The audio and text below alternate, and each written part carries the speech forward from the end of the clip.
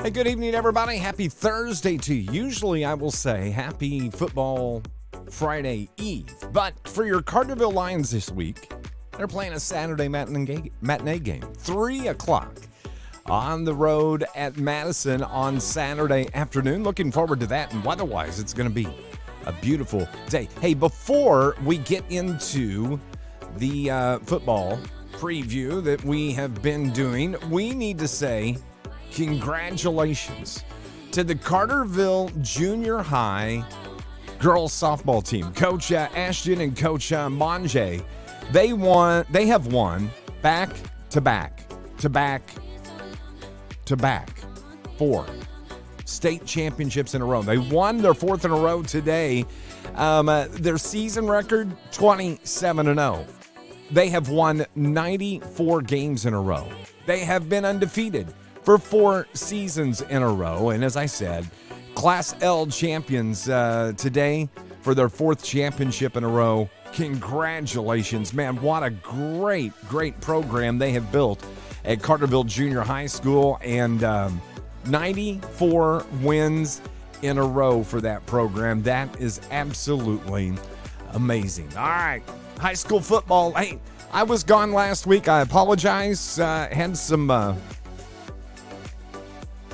other responsibilities. I was actually emceeing some events up in central Illinois, and Scotty did a fine job on the broadcast. And during the game, and while right there on the podium, I had my phone set up where I was getting the updates on the game. Everybody did great sending me text messages. Hey, the Lions this week are on the road at Madison, Illinois, up at to take on the Trojans, and that's just a little bit south, I believe, of Granite City, about 2 hours when you Google it on your cell phone. 3 o'clock start. Scott and I will have the broadcast starting about 2:40 on News Radio WJPF. Carterville coming off that awesome win a week ago over Nashville, 28-7. How about them Lions? They clinched a share of the River to River Mississippi Conference title. There's only one conference game left, and you got to remember there's only 3 games left on the season. Saturday at Madison. Next Friday night will be senior night for the Carterville Lions as they host the Pinckneyville Panthers, and then week 9 on the road at Harrisburg to take on the Bulldogs. We are 2/3 of the way through the high school football season. Carterville heading the road to Madison, and I had a chance to talk to head coach Brett Dial. Coach Brett Dial joins us on our pregame show. I kind of like a Saturday afternoon regular season game. This is different. Yeah, at the end of the year like this, it's a good opportunity for us to kind of do a dress rehearsal for the playoffs. And, it's just a different schedule when you play Saturday football games. And, to have a chance here this late in the year to kind of get acclimated to that with this group again. And it's a good thing for us, with the morning breakfast and just how you do the bus ride and just how you travel. It's just everything's different on a Saturday. And to be able to go up in the metro area where there's a lot of potential teams in our 4A bracket and just kind of get a feel for what that is like we did last year with Freeburg, and now this year. I mean, it can only help us. Coach, you're coming off an impressive 28-7 win over Nashville. What did you see on the tape after you went back and looked at it? Well, I mean, like we thought, the defense was really, really good. And we really made Nashville one-dimensional. They weren't able to run the football with much success at all. And really all week long, we thought that the key to the game and the key to us beating them finally is to be able to run the ball. And we didn't have a whole lot of success the first half doing that either. But we stuck with it, and we came out of the locker room hot and ready to roll. And we put up some big numbers in that second half on the ground, and that was the difference in the game. Coach, I was talking with one of my coaching buddies today, and he says the scary part about this Lions team as he's watched is the fact that it is a defense-first team, and it sets the tone for how the game's going to go. high school football is one, running the football and stopping the run. If you can do those things, you're always going to be competitive. Now, there's going to be people that do it better than you at times, and that's when the diversity of the offense has to come into play. That's when you have to be able to throw it a little bit, and I definitely think we've got that ability. And if we stop the run and they start chucking it a little bit, I think we've got some pretty good athletes back there that at any given time can make a play. So, we've got a little bit of diversity on defense, we've got a little bit of diversity on offense, and, hopefully that's going to allow us to adapt to different teams throughout the year. Plus, this team is +9 in takeaways. Yeah, we've done a really good job with that. We actually, just had a big circuit with it today, and we really haven't focused a lot on that.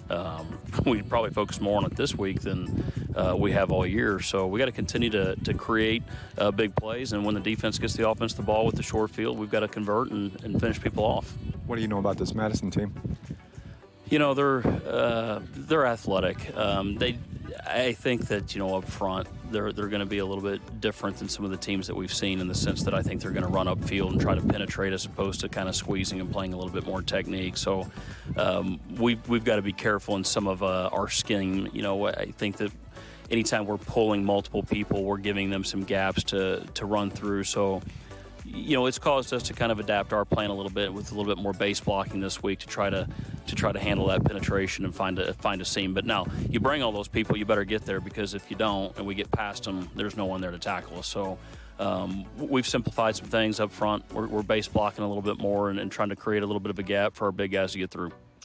Well, good luck. We'll talk later. All right, appreciate it. Coach Brett Dial on a windy football field this afternoon as we were getting together and chatting about this upcoming game on Saturday. And we talk about the defense and how good the defense is. They have forced turnovers. They're +9, like I mentioned, with Coach in the turnover game. But let's not forget about the offense. And one thing I want to point out right now, Bryce Smith and the offensive rushing game that he has brought to the Lions this year. He is 54 yards short of 1,000 yards on the season. He's hopefully going to get that coming up Saturday afternoon. And man, what an accomplishment that would be. 1,000-yard rusher, 54 yards short for Bryce Smith. Hey, so game time is, as I mentioned earlier, at 3 o'clock. Let me not forget about this. Carterville Lions, number 8 in the Class 4A polls in the state, put out by AP. That was on Tuesday.